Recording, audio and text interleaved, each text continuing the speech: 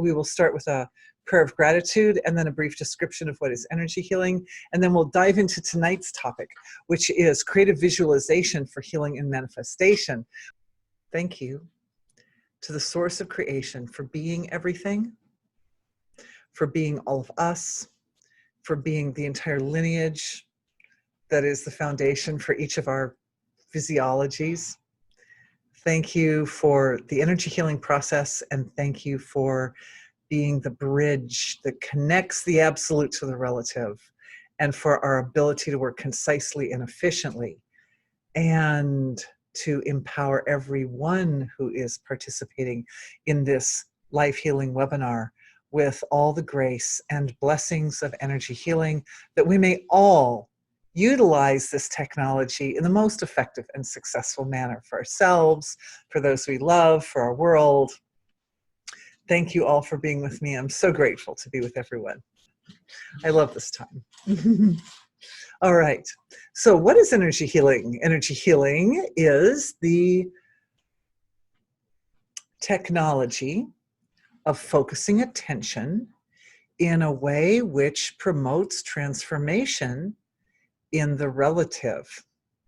So attention being abstract, attention being made of the material of which the source of creation is made, that absolute material, it comes to the foreground and focuses in on some aspect of the relative and enlivens the qualities of being there. And being is infinite, unbounded, unmanifest.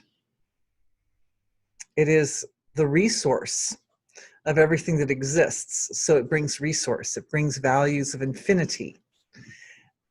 And it shines like a light of perspective on some area of ourselves or our world or our situation, which is creating problems. And as that very vast expanded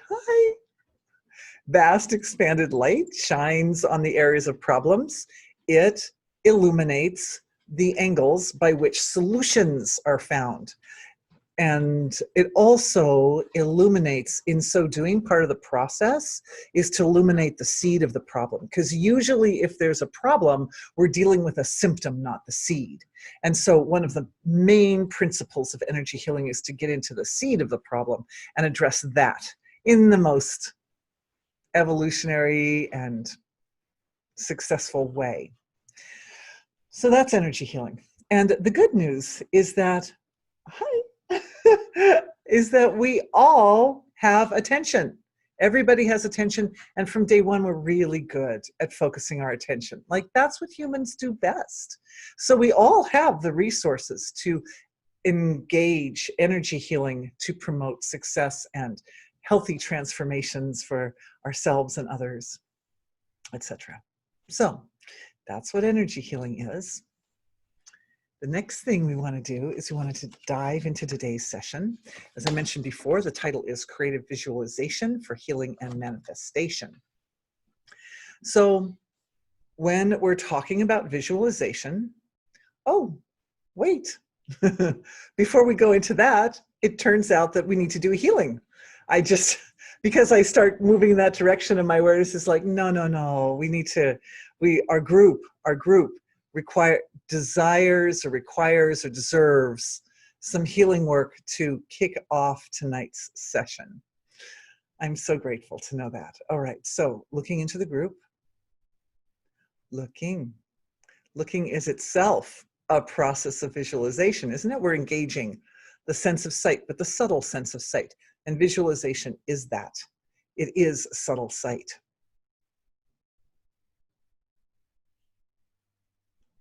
And the first thing that I'm feeling is the most wonderful, lively, very like scintillating or luscious energy of being that is humming or vibrating within our whole group. And when I see something, this being offers it back to source. I drop my awareness into the source of creation, that energy may have the potential behind it to do what it needs to do what it has come to do, to fulfill its purpose. That scintillating, lively energy is penetrating the physiology at a very fine level. I'm seeing it penetrating the physiology at the cellular level, and subcellular, cellular and subcellular levels.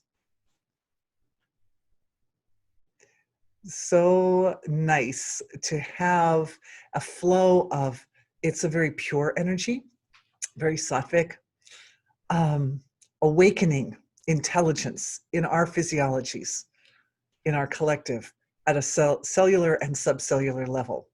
Now, of course, this is an area where we produce, where the digestive process comes down to its finest points. So part of what's happening here is an infusion of the digestive process with the light of being in such a way as to support optimal, I would say increased capacity to provide or create finest product of digestion.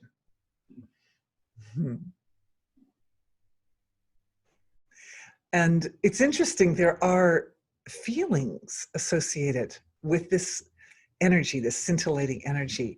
And the feelings are very sweet. They're feelings of sweetness and bliss, and feels like a kind of encouraging energy, like the energy of like a recognition that one has the capacity to fulfill their purpose.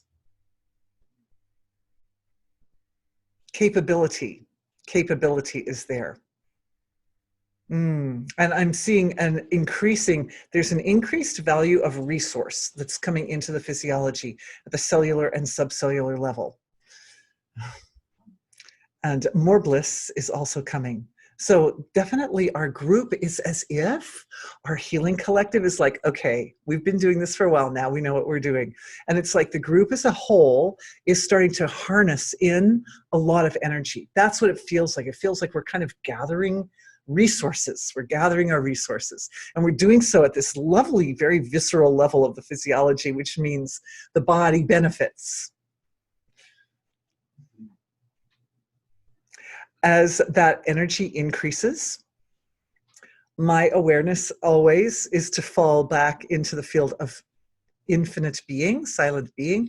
So that's being offered back, offered and offered and offered and offered. Like flowers, like snowflakes, scintillating. And the effect is that there's a flushing of this very lively energy moving from our collective out into the larger collective of creation, and it's having an enlivening effect, which is lovely. Now, I've had some interesting unfoldment of new realizations about the web of life over the last week or so. So let's see how the web of life responds to this activation, this light activation, which it's receiving at this time. It's interesting, the first response is actually a settling down. The light, as it goes into the web of life, brings a peacefulness. And the reason it's doing that is because the light itself is an aspect of pure truth. When these light medicines evolve from being and they integrate, and this is part of what's happening here, is a deep integration with our physiologies, right down at the physical level, physical, cellular and subcellular, then this is an expression of cosmic intelligence interacting with the collective of our world, the web of life. So cosmic intelligence essentially interacting with itself. And when cosmic intelligence interacts with itself, a truth is the result. Truth.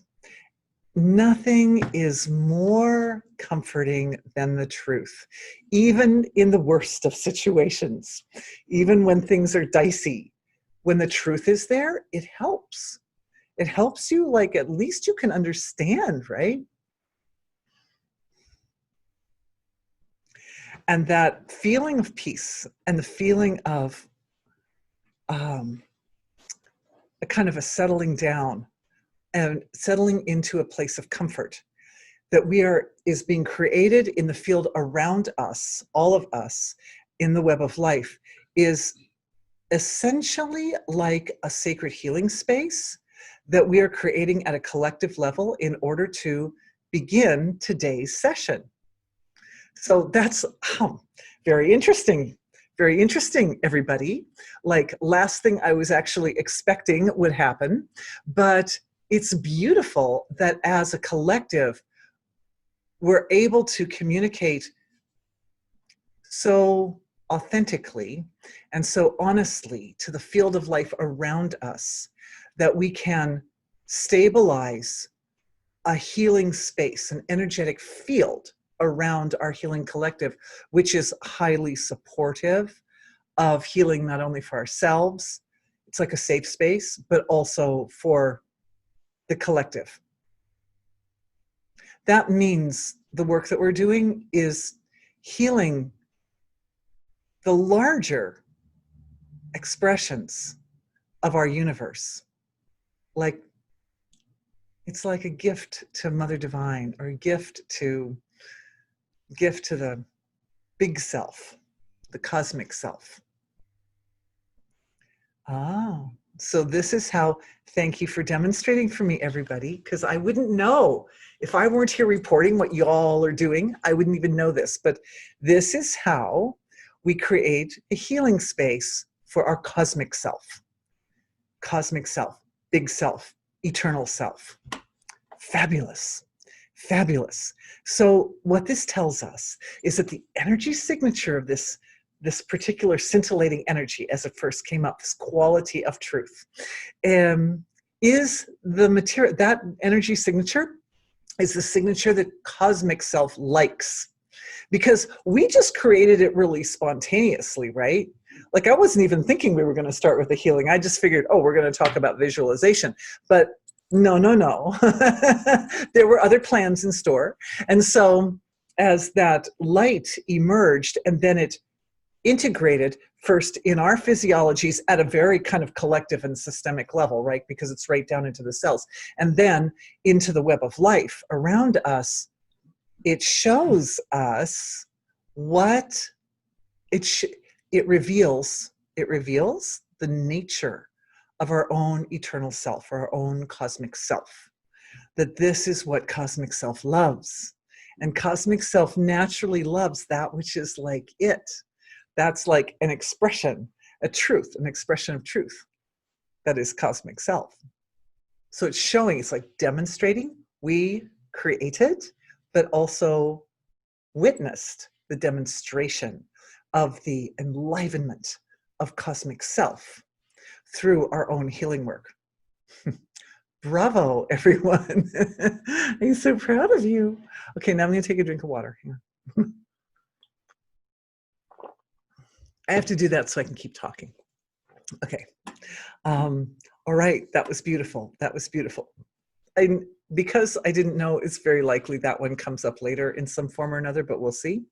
No expectations, no assumptions. We'll just take it as it comes.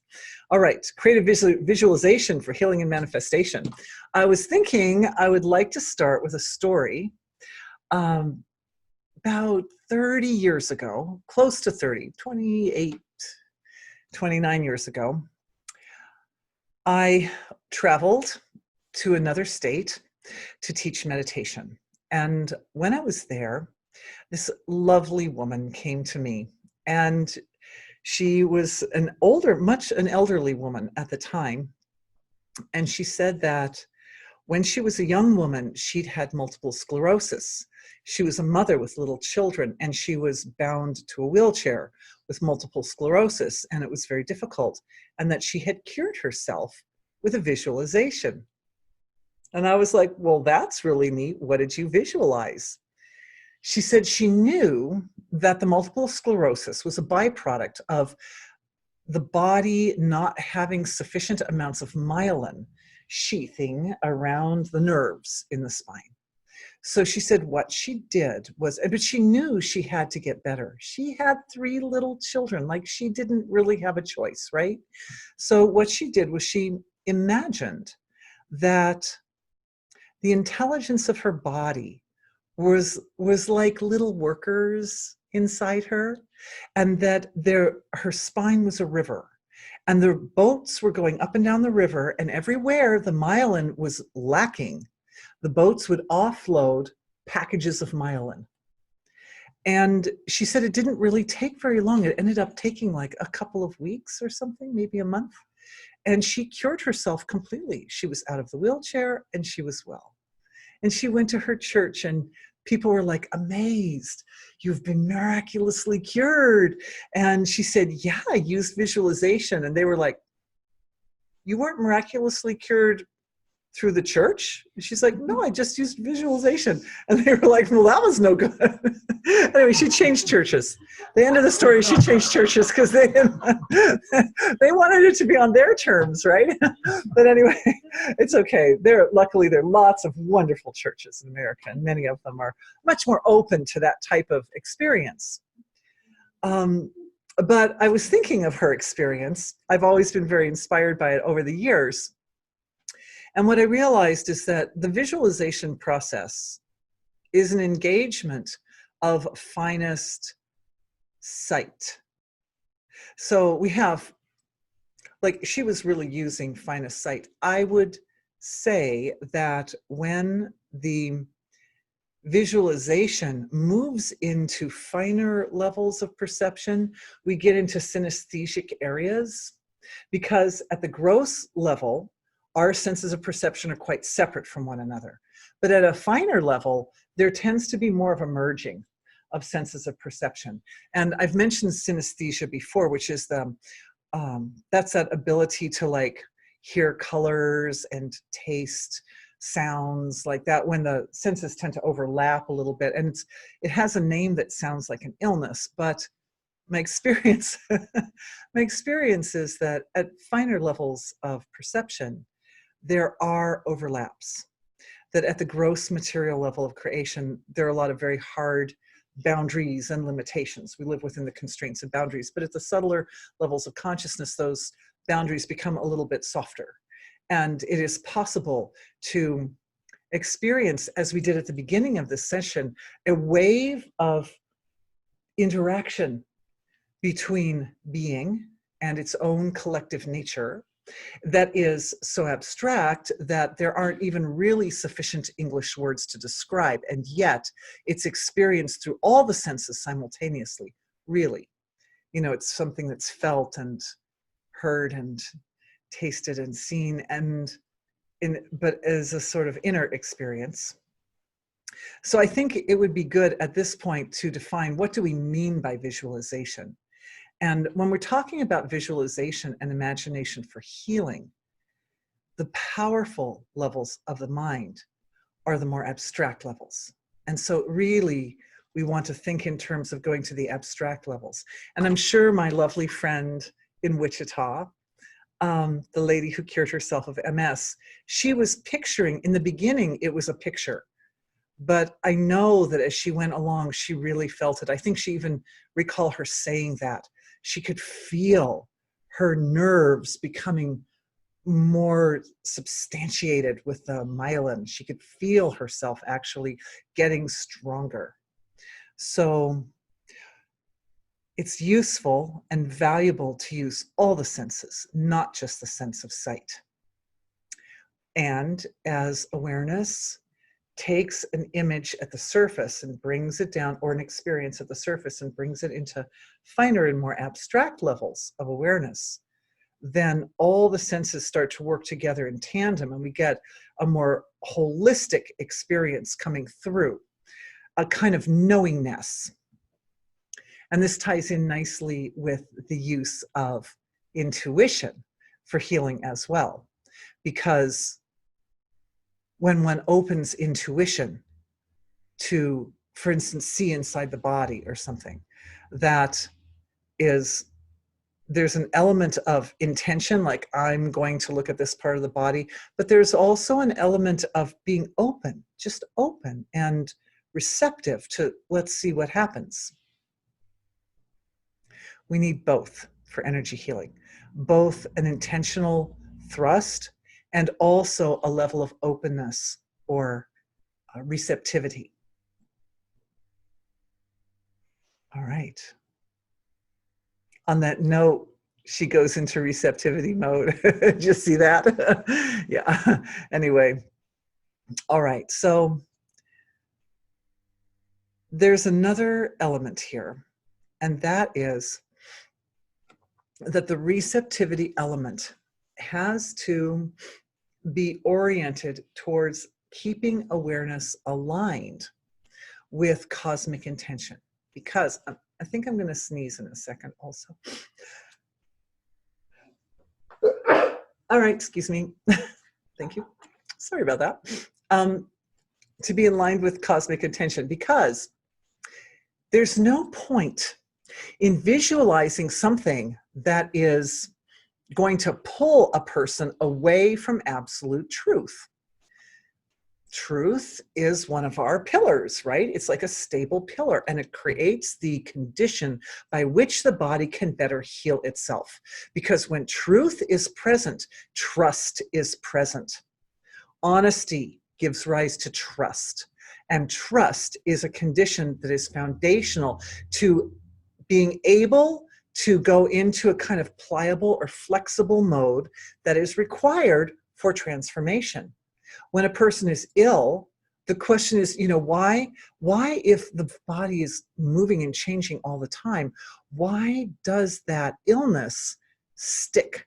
If they have a disease that goes on for long period or something like that, why does it stick?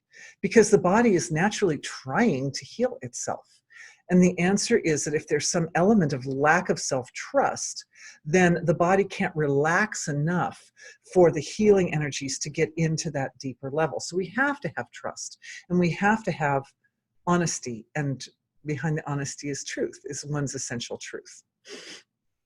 So the purpose of visualization in energy healing is to support the perception of the truth,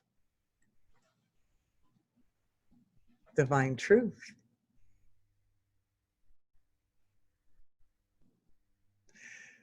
What this means is that there are times when we're looking into the body at, say, a particular area of the body that doesn't feel well, right? So if it's the bone marrow or the kidneys or the back, there are a lot of places you can't see, right? Like you can't see your back or your kidneys or your bone marrow because they're hidden. So with the advantage of visualization, we can go in, and the inner vision can start out with images that we already know and that we're already familiar with. And it's helpful because the first part of the process is to get a good handle on the area that needs to be healed. In honoring that point, I am looking in again at our healing collective. And what I'm seeing is that I use the word seeing as if I'm visualizing, but really it comes as a knowingness, and it comes on all levels of the senses, particularly reading through this physiology as a mirror to what is happening in the collective. And what I'm noticing is an awakening of perceptual awareness deep in the body. So senses of perception, they're mostly up in the head, all except for the sense of touch. However, deep in the body, that sense of touch, which permeates all tissues, almost all tissues in the body, like maybe I don't feel as much at the ends of my hair as I do in other places, but even that, I feel something. I feel the wind going and so forth. This sense of touch it's just density-wise, it's one layer more abstract than the sense of sight. So sense of touch can be a valuable tool for the if we want to call it, let's call it the imagination process in creating and manifesting health and anything else we want. The reason is that the whole body is a metaphor for the evolutionary and creative process by which the universe manifests everything. So when something is felt somewhere in the body, that means that there's that particular area of the body represents some particular facet or aspect of the manifesting process, of the process by which divine being self-interacts. At the moment, the area that I'm feeling is deep down between the second and third chakras. So just a little bit above the second chakra area. So they're secondary chakras, right? You've got the major chakras, and then you've got chakras halfway in between. So this would be this in-between area between the solar plexus and the navel area, or the area just slightly above the navel. Sorry, slightly below the navel. So right there. And there's a spot right there. Oh, this is making sense. Why that spot? Because that is the junction point between the creative energies that sit in the abdomen, because the second chakra is about creation, and the power center, which is the solar plexus. So when the creative energies hit the power center, then you get a manifestation process taking place. So this part of the body, this chakra, half chakra that sits between the second and third chakras of the body, this area is specifically oriented towards infusing or integrating creative energies with manifesting energies. And clearly, this is the combination that we use when we are bringing forth an intentional visualization or an intentional imagination for a specific purpose. So interesting. So once again, it's just our collective is demonstrating for itself how this process unfolds. This area between the second and third chakras is, we could say, the seed area, or it's like it's almost like a kind of a womb in a way for the type of creative visualization that is necessary, or that is the tool that can be used to enhance or support powerful healing. Very powerful. Beautiful. I'm seeing integration taking place in that spot for everybody's physiologies right now. Right there, integration. And it's the holding, the space between the two second and third chakras, they're also involved. So second chakra and third chakra, and then the space in between them, the whole area is going through an integrative process. And as that happens, I'm feeling increase of gratitude and an offering of the process back to being, to be, of course, expanded to infinity and enhanced and supported. And it's as if there's a kind of a folding of finer points of the process. It's a download. Okay, so as we know, the downloads come in. They tend to come in through the crown of the head. But in this case, the download comes in and it's planting itself down in the second and third chakra area. This means that the information coming in is coming in a very abstract form, because as we know, we process information more verbally up in the head area. And we really feel our feelings and our truth in the chest area. But it's down more in the gut area that we experience in a very visceral manner the information which we are receiving, because that part of the body also receives all the information coming in from the universe in its own unique way. This time, there is a very soft quality, this download.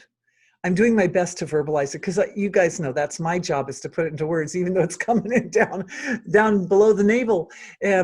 So it's a very, very soft quality of intention. And so the information that's coming forward right now is that intention is an extremely important player in the visualization and manifestation process. And that to be able to use creative visualization most effectively, it is necessary that we're also employing intention most effectively. So I'm asking being then, is there a way to align that intention with cosmic intention, or with the intention of highest being, eternal self, big self? And is that essentially what's happening in this? And what I'm understanding, asking the question, and I drop it into the field of being, the answer that comes back is there are actually two parts in the process. One part of the process is the integration with cosmic intention. And that is an expansive process. The other part of the process is the integrated process, where the expanded understanding or comprehension wends its way into the field of the relative material of self. And both are essential. And of course, the wending its way in is, I would say, one of the most important features of energy healing. I think I mentioned this last time, that I've recently come to realize that energy healing is an integrative process, because there are many, many ways. We've talked about this before. There are 112 sacred ways to transcend. That means there are 112 ways to expand awareness and to connect with source. But the integrative process is different from that. It's not the expansion out. It's like making it tangible, making it useful, making it real. So the focus, what we're bringing into the center of focus, is the integrative quality, because the download brings all this expanded information to source, and all the ways and places where the energies in this part of the body connect to cosmic intention, and access to cosmic intention, and access to locations in the field of the universe where the specific intentions that are required for different types of healing can be accessed. So all this is part of the download, is all this kind of expanded, very abstract information. And what we're doing is we're holding steady to the integrative side of the process, because without that, it's just a dream. And I guess we could say, when it comes to creative visualization, without the integrative side of the process, the visualization also remains a dream. And that ties into a really important question that came in. So since we're straight on that question, I think it would be good to ask it now. All right, so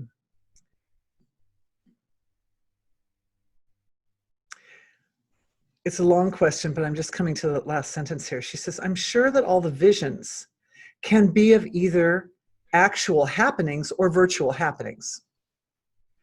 But are there certain characteristics that differentiate between an actual happening and a virtual happening? So the first point that comes up here is the quality of integration is essential to bring the visualization from a virtual happening into a state of grace where it's an actual happening. I'm asking being if we need to go more deeply into the integrative process, or if we, oh, such a nice answer coming back right away. Okay, so yes.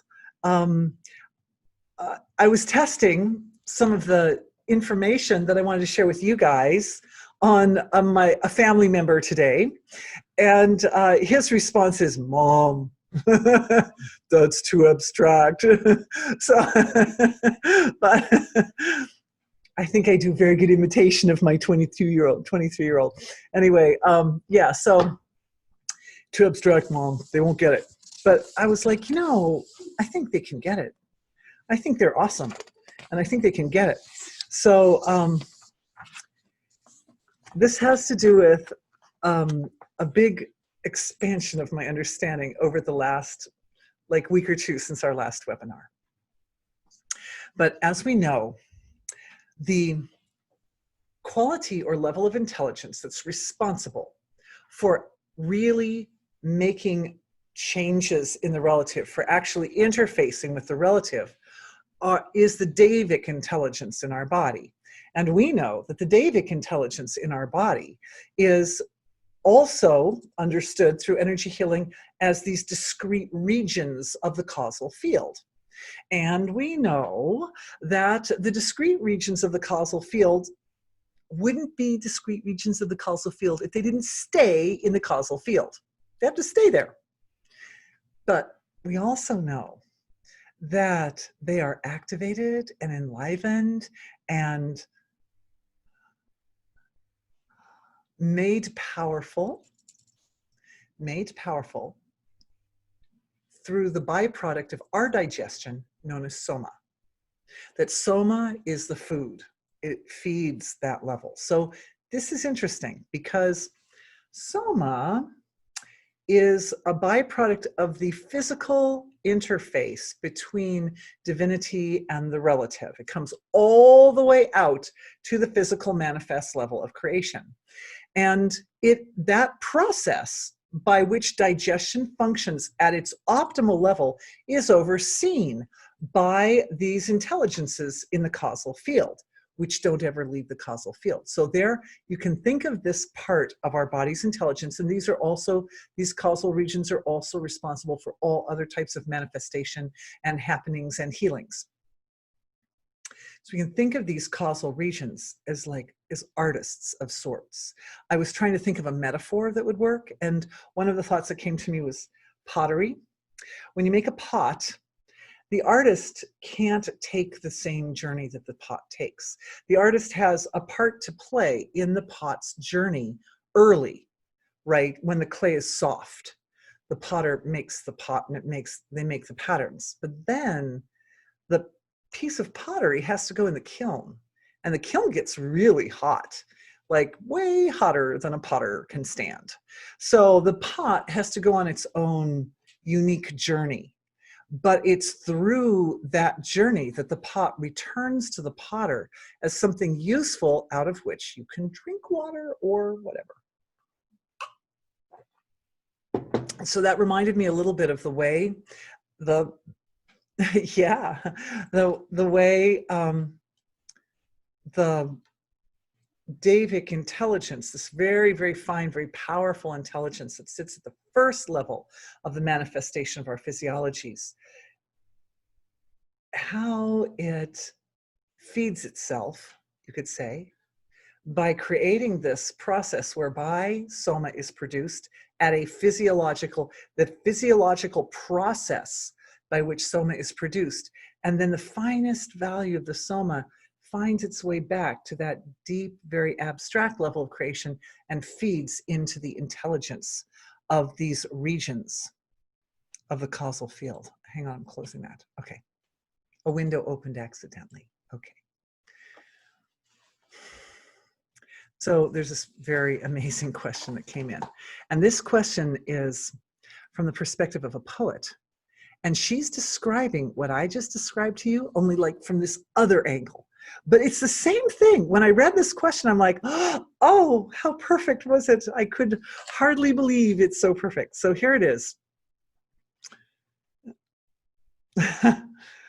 She says, as a poet, her process starts with becoming aware of some increased opening, an invitation to, an enlivenment of perspectives in space.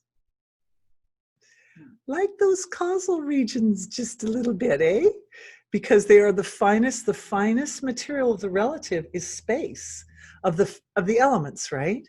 It's very, very fine level. And that space energy is permeating the entire causal level of the physiology.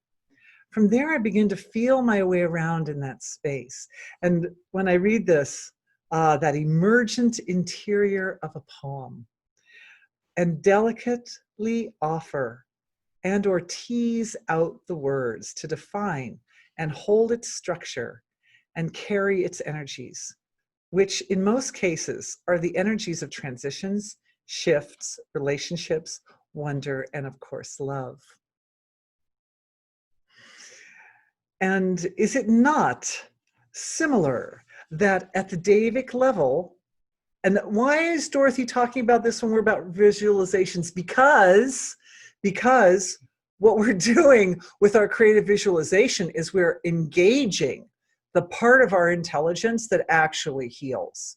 So it's one thing if you've got something broken somewhere in the body, maybe a broken bone or something, and awareness goes in and it pictures the bone, or my lady with the MS, you know, pictures the nerves and pictures them. She's putting her visual attention on them healing and healing, knitting the bones together. There are regions of the causal field that are specific for knitting bones together.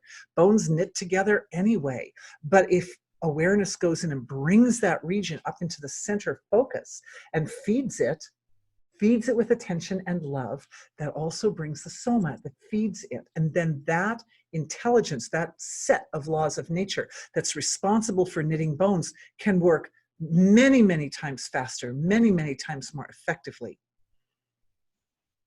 All right.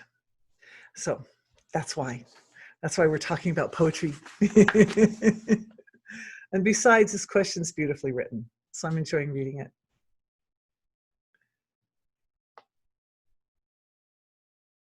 She says that there's a give and take, or a back and forth process, a dance of awareness that she doesn't feel that she initiates, but she attends to it when it makes itself available and has no idea of how to do it intentionally. That's okay, mate. That's what we're doing. That's what we're doing here tonight, right? Also, she says it's a little bit odd that she doesn't have much of a visualization or imagination in the traditional sense. A strange deficit for a poet, she says, in a poet. Instead, the poems evolve as metaphors, which she navigates by soft feeling, soft knowing, and soft intimacy. And through the metaphors themselves can become quite physical and connect very physically with the material world. At their best, I feel my poems become metaphors for the self, by which I discover myself in ways that would not be possible in the abstract. It's so perfect. So this is a perfect description of this principle by which the Devic intelligence responsible for our healing stays in the abstract. She's a deva. I think she's a deva. It stays in the abstract. And yet, staying in the abstract, it promotes an effect which comes all the way physically out to the material level and creates this beautiful byproduct of the digestive process. The digestion is, of course, the metaphor for the entire hero's journey, which is the metaphor for the way in which unmanifest being manifests the whole universe.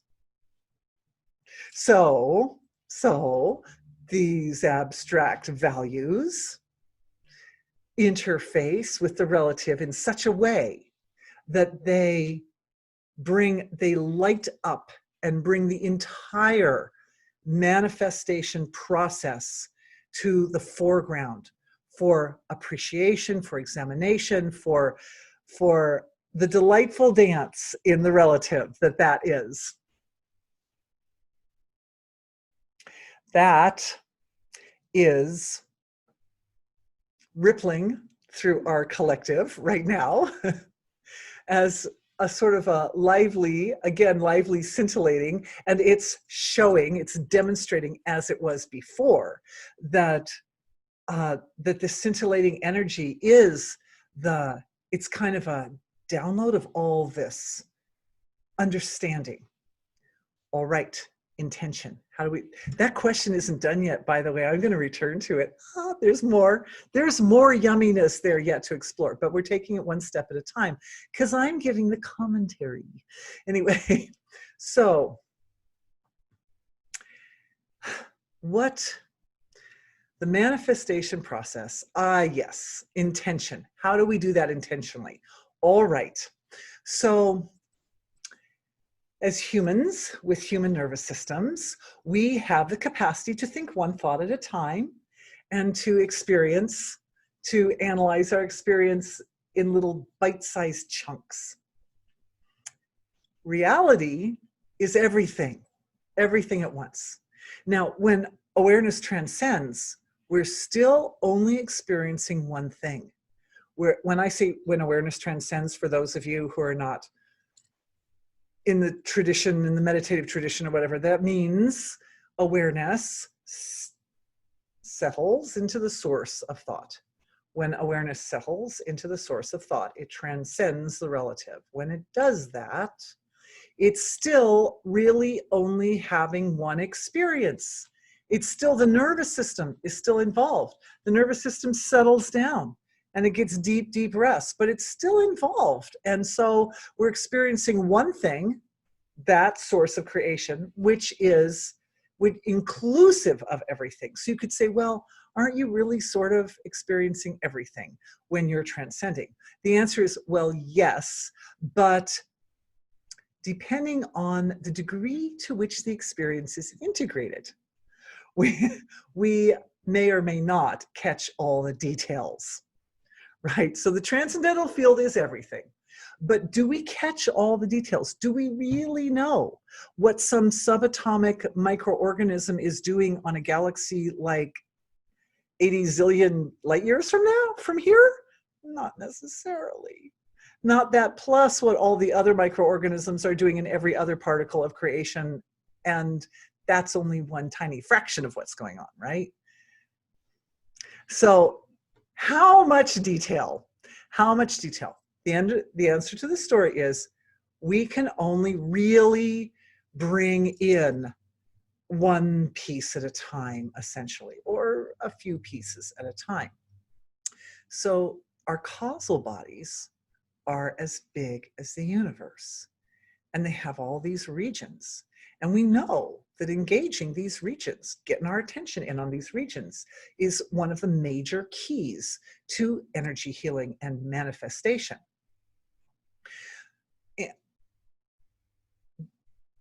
As beings, we can bring certain regions to the focus of our attention and let other regions stay a little bit more off to the edges.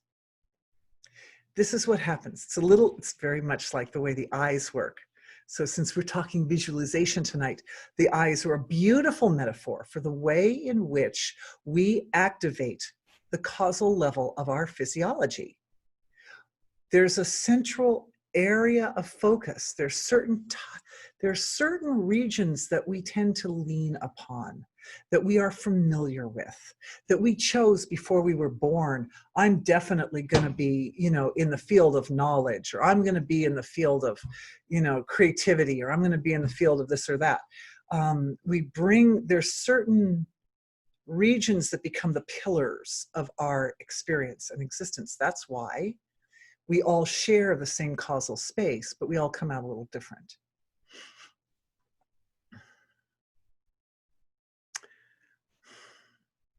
There's a lot to be said right there.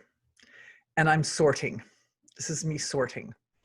So I bring it out in an orderly fashion and a useful fashion for everyone. The spaces, the causal regions, they have a kind of a landscape. So that's what I'm sorting. Do we need to go to the landscape? No. What we need to do now is we need to just be aware that we're bringing particular regions into the foreground of awareness, because those are the regions which are going to form the pillars for whatever we're manifesting. When the tide in the causal field of the self goes out to the fullness, the wholeness of itself, and it comes back to the parts, that's when we have the opportunity to restructure or reset the central focus. And by the way, that tide is going on all the time at almost infinite speed, which means that we have as much potential to reset the focus of our awareness as we could possibly want.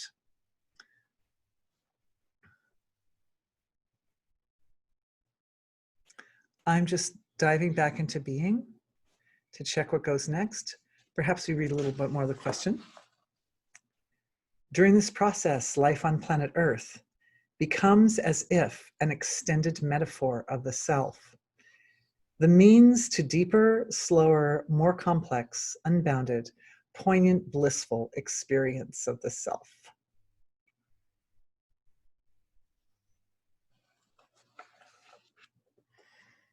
Yes. So this sentence is illustrating. I love it. It's like if she wasn't so shy, like she and I could be both up here together doing this webinar. But thank you for so nicely rating everything. Anyway, yeah, that essentially, how do we decide? That's the question. How do we decide which region of the causal field should be the one in the center of focus? And then how do we initiate that to be the one in the center of focus? All right, asking being. I don't have the answer, but being does. And because we're all together like a powerful, like a rocket, like a rocket here.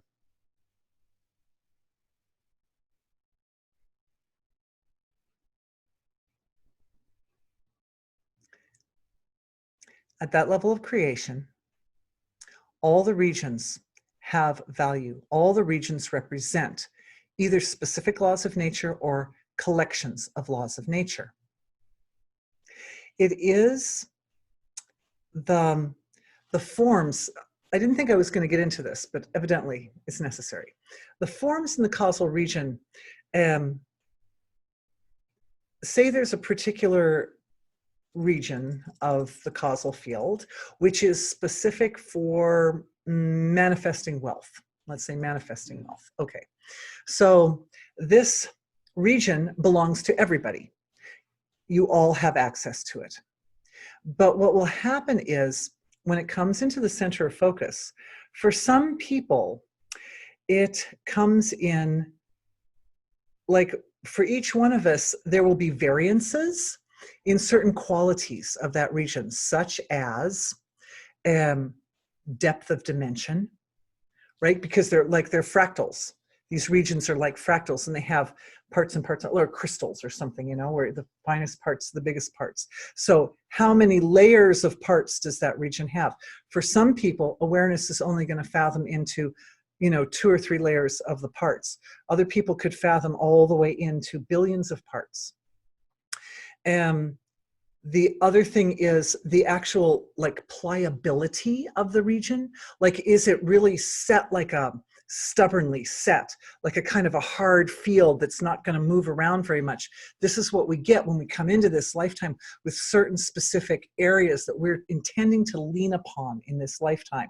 You know, and someone's like, I'm leaning on this. They come in and they're like, I'm being born to a wealthy family. I've got all the resources to create wealth in this lifetime. This is going to be a set area for me. And so for them, the walls are not so pliable. They're more, they're resistant. They're resistant to resetting. Size is also another dimension, is also another consideration. And shape is another consideration.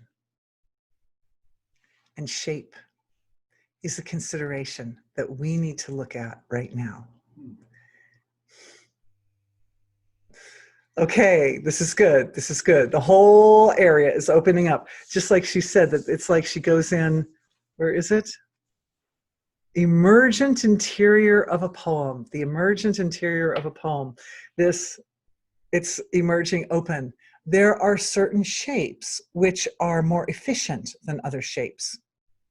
Has anybody ever seen when the ground becomes very dry and it'll crack in these kind of hexagonal shapes. You'll see, took a course in geology recently, and I found that hexagonal shapes are found in many, many types of places and many stone formations, like the Giant's Causeway, for example, or the Devil's Tower. Giant's Causeway is in Ireland. Anyway, but you get the idea that there are all these forms that they'll make these particular types of forms that are very efficient. And these hexagonal forms are also found at very, very fine levels of creation. In the Flower of Life matrix, because the Flower of Life matrix is also formed off of a hexagonal structure. And I was watching physics video with Nassim Haramein, and he was saying that this is a structure that he found when he discovered the weight of I think it was a proton. He discovered the weight of a proton. He also uncovered this geometrical form that's occurring at a very, very fine level of creation, which is basically the shape of the Flower of Life matrix. I was so amazed when I saw that. I love that when the spiritual and the material come together. It's so luscious, so beautiful. So this shape is a more optimal shape. It's an efficient shape. It is a useful shape, and it is a balanced shape. And that's really important when we're visualizing this. Everybody can visualize a hexagon, and I promise I'll put in a picture of the Flower of Life matrix for those of you who are still not sure what that shape might be. And I'll put it in the follow-up email to everyone. When the regions of the causal field, which come into our center focused, are supported through our visualization to take on this shape, because it's pretty easy to visualize a hexagon. Most people can do it, right? Yeah. Well, think of maybe a multi-dimensional hexagon. For those of you who are already good at visualizing, we can plump it out. So it's 3-dimensional, 4-dimensional, 5-dimensional, as many dimensions as you like. That shape can be offered to the causal field when we're working with a specific region that is needed to produce a specific effect. Now, there are many causal regions, right? We've talked a lot about them over the years. There are sacred healing space causal regions. There are sacred gardens of the heart for relationships. There's a causal region for wealth, and a causal region for just about everything you can imagine. There's one for every organ of the body, for every system of the body. There's a little tiny causal region for every cell of the body, you know, and for every molecule. And it goes all the way down to the very finest of the finest. So we can offer through our creative visualization that these regions may take on this shape, because it's a universal shape and it allows all the regions to work together in a harmonious fashion. The times that, you know how sometimes we've talked about karma down, and it gets down into the causal area. Karma gets wedged in when the shapes of the causal regions are not symmetrical enough. They'll create gaps. They sometimes create gaps. And those are also shapes, right? They're like other types of shapes. But that's where the challenging karma evolves. Those are the seeds. Those are what the seeds of the karma look like, are those odd shapes that get wedged, just like toxins can sometimes get wedged between cells in the body. The cells like to all nestle up against each other like a family, like a pile of kittens, you know, all close to each other. But when a toxin gets in there, it can wedge itself between a couple of cells, and then it creates dissonance. And because the shapes of the cells then have to move to accommodate, they no longer are able to hold their own resonance in a way, because remember, the shape is the resonating chamber.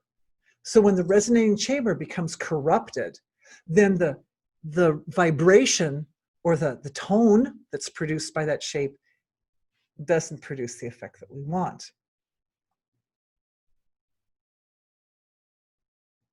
I'm offering the whole thing back to being, of course, my usual. You guys can predict me by now. Oh, I see we've come to our time too. I didn't even finish that question. Oh, that's right. Oh gosh, I'm so glad because I didn't finish that question. I have another question too. So thank you. Thank you. Yeah, I'm still a little confused about our time shift. Anyway,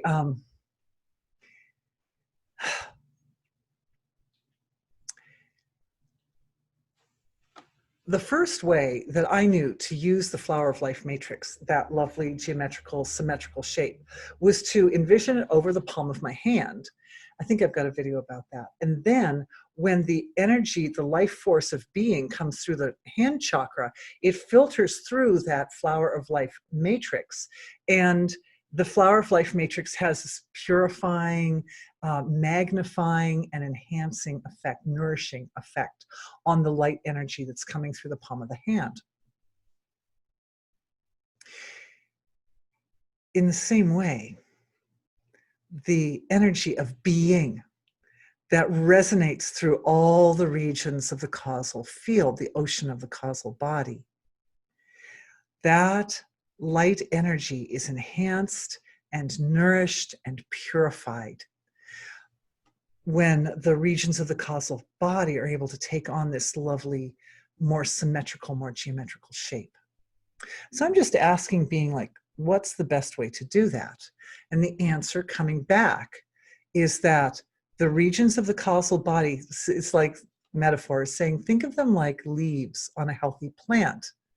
That when the plant is well nourished and well loved, its leaves take on the nice symmetrical shapes, and they're very like robust, and the color is beautiful, and so like that.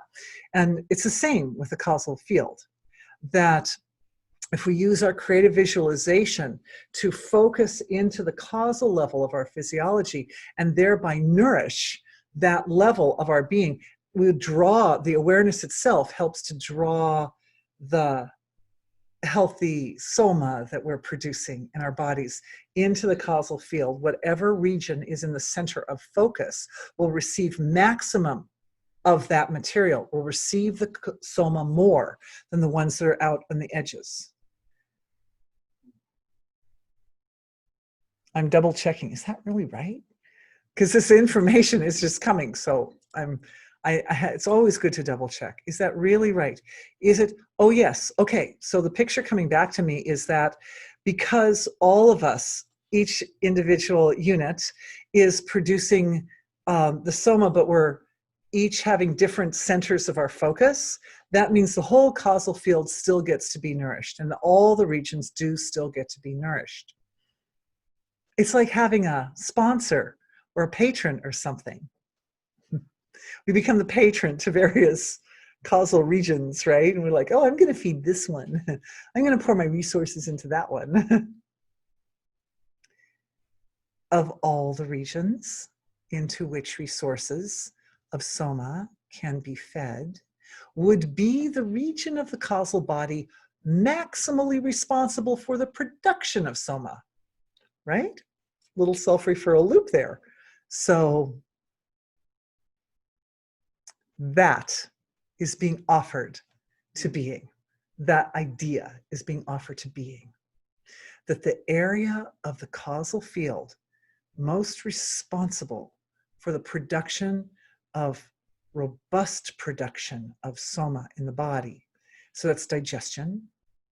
It's mostly digestive process, but it also has, I'm just getting a read on it because I've never looked at this region before. Y'all gave me the idea to come up with that, or at least it came out of me. So I'm looking at it as you're looking at it. The element of Agni is also there. And Agni, as we know, is the excitement that evolves from unmanifest being folding in on its own nature. There's like there's a kind of a flopping of infinite silence into infinite dynamism and infinite dynamism into infinite silence. And it goes back and forth and it creates a little bit of a bzzz. And that's Agni. That's the primordial light of creation, which is a warmth. It's a kind of a heat or warmth that's also there. So that is a player. And so I'm asking being, as this picture is opening up and we're bringing this particular region into our center of focus. And could it be that what we're really looking at is a kind of a community of regions, or a collection of regions that are working together? And yes, the answer is yes. And these regions were only able to come forward and present themselves to our group after we did the healing to lay that universal shape over the areas that come into the center of our focus. Because this collective of causal regions, which works together as a team to promote most robust and voluminous amount of soma in our physiologies as a result of our digestion, it requires an element of precision and perfection.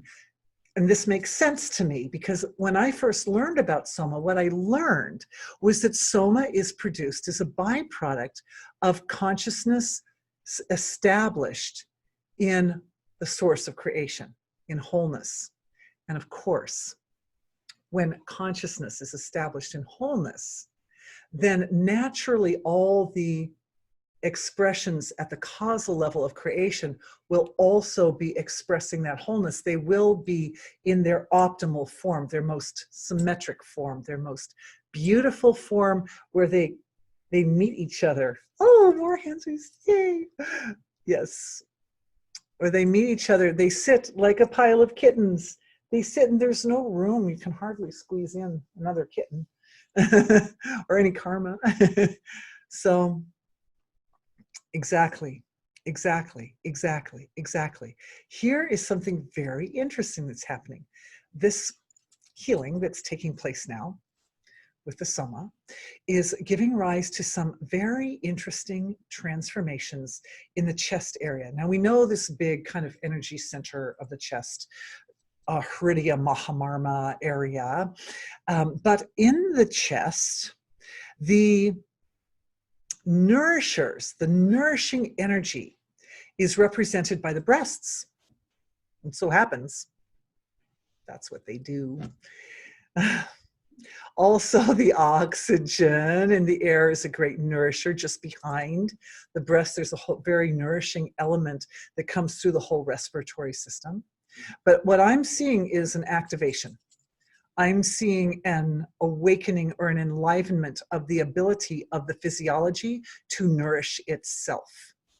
And that includes creating balance for our dear, precious, beautiful physiologies. And for everybody who's joining me that has any concern in that area in their body, the respiratory system or the breasts, that this area is coming into a state of grace. And part of this healing is to support the healing and bringing that part of the body back to wholeness again. That shape that I talked about for the causal regions of the physiology, it disallows the corruption of karma. It disallows the corruption of karma. So that means that I'm asking being, can we then associate the establishment of these more efficient shapes at the causal level of creation with the optimal blueprints for the physical body, the optimal structure?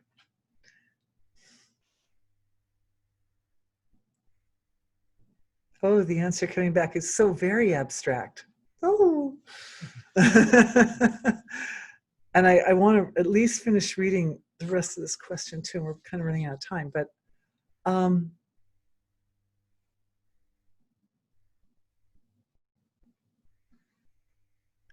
I'm getting no is the answer. I'm getting no, that the optimal, we could say that the shape is kind of like the blueprint for causal regions, but at the relative, there's a lot of variety. And the blueprints are vast and complex and amazing. And it takes a great regions of our universe to hold or house the information that is required for the construction of a human form, not even to mention the forms of other creatures and beings in creation. So the answer is, in a way, you can kind of say there's a relationship, because one is at a very abstract level, it's a blueprint, the other is at a very concrete level, but it looks like we may have come across a little area that's going to require a much deeper dive. But let's go back, because I don't want to lose out on the momentum we have with this question. Inasmuch, this is the question, inasmuch as imagination and visualization could be said to provide gateways and leverage to self, with a big S, self, is it possible that your spectrum of imagination and visualization extends as far as to the experience of the natural world? Is it possible that life on planet Earth gives us access to some kind of give and take, back and forth, seed and attention dance of the self, of self-awareness? And I would say certainly so. And today we've approached that from the angle of soma production and digestion. A vast living metaphor leveraging pure potentiality for the discovery and evolution of the self, a living fabric for our personal and collective empowerment, in which overwhelming intimacies of bliss offer the possibility to unite seed and awareness, seed and attention, unbounded self, big S, with temporal self, small s, in a way that supports evolution. And that last sentence was very powerful. I love that. That ultimately the whole play is for the purpose of evolution. And as much as we are able to integrate that evolution, that universal, it's another one of those blueprints, that universal blueprint or universal form of the way unmanifest being manifests the entire material level of creation, in as much as we are able to integrate that. That is the degree to which these physiologies will align with the evolutionary process, and in that aligned condition, the physiologies will be supported to be as healthy as possible. And that is absolutely my desire and wish for everyone. As healthy as possible. And we still have a couple minutes. So here's another very cool question, and we'll see if I manage to get all the way through this. If I don't, I promise to continue expanding upon it tomorrow. In which of the 8 bodies you describe do the Vedic deities reside? The answer is, when I first read that question, I'm like, oh, that's easy. He's referencing here that in the last webinar, I mentioned all these different aspects of creation, Lord Kalabhairava, Shiva, Vishnu. Yes, several people mentioned that Vishnu part of the healing and how amazingly powerful it was. So that was beautiful. And that was you guys experiencing and creating first and then experiencing the power. But these words, the names of gods, as well as the names of angels or deities in other religions, or etc., they're all animated expressions of the causal field. They're all animated expressions of the causal field. Now, one thing I can't really show you in our webinar right here, but again, note to self to send the list of the different yugas of creation, which give a perspective on the size of creation. That because the causal field is as big as the whole universe, there are regions, there's region that's as big as the whole universe, that just one region is the whole universe. And then that divides and then subdivides and subdivides and subdivides and subdivides. And whatever level of regions we are bringing to our central focus of awareness, that's the degree to which we're able to harness universal power to manifest what we want. That is based on visualization, but it's also based on expansion of awareness and integration of that expansion. So we talk about cosmic self, and we started out our healing today with a healing of cosmic self healing itself through our healing collective as the instrument. And it provided a distinctive structure of consciousness, which is like a flag or points to the nature of cosmic self, so that we can all start to integrate that aspect of ourselves more completely. How can we continually visualize and manifest the sacred life-supporting goodness of the deities of creation in our own lives, into our healing circle, into our troubled and riven nation, and into our world as a whole? That's a really big question. That's like a really powerful question. So I think what I'm going to do is I'm going to save that question for tomorrow, because we came to our hour. But it's so wonderful, and I'm so grateful. I'm grateful for all the questions that come in. So if today's session has enlivened any questions in your mind, please feel free to send them in. Otherwise, I look forward to bringing out the questions myself as we're going along, because they are just continuously popping. And it's my absolute joy and pleasure, and I'm so grateful to everyone for this time and for our experience together. Tomorrow, as usual, we'll probably go into, hey, people raising hands, I love you guys. Go into even more practical aspects of the visualization process, and discussions of more ways that we can apply and integrate visualization and imagination to support really powerful healing. So thank you for being with me. This has been really fun, and I'll see everybody tomorrow. Most of you, I'll see you tomorrow, and if not, hopefully sometime soon. Thank you. Bye.